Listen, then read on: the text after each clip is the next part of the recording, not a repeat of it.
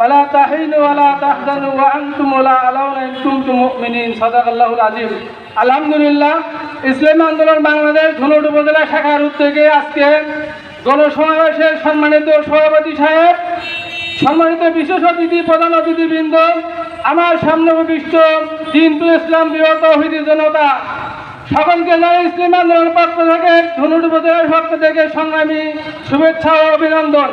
আপনারা সবাই অবগত আছেন যে আমাদের দেশে আমরা এই মুক্ত মঞ্চে আজকে এই শহীদ মিনারে কথা বলার আমরা তৌফিক পেয়েছি। আল্লাহ তাআলা তৌফিক দিয়েছে বলে আলহামদুলিল্লাহ।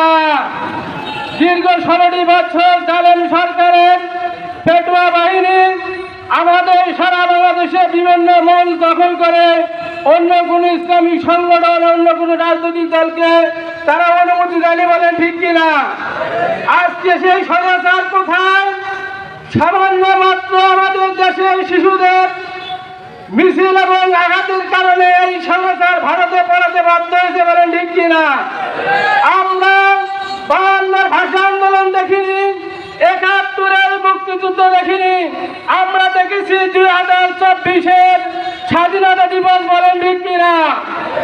আমরা আমাদের ছাত্ররা যখন নির্দ্বিধায় আন্দোলন করতে দেয়, পেটুয়া বাহিনী পুলিশদের গুলি খেয়ে তারা এরকম শহীদ হয়েছে, হাজার হাজার আমাদের ছাত্র শিক্ষকরা এরকম আহত হয়েছে।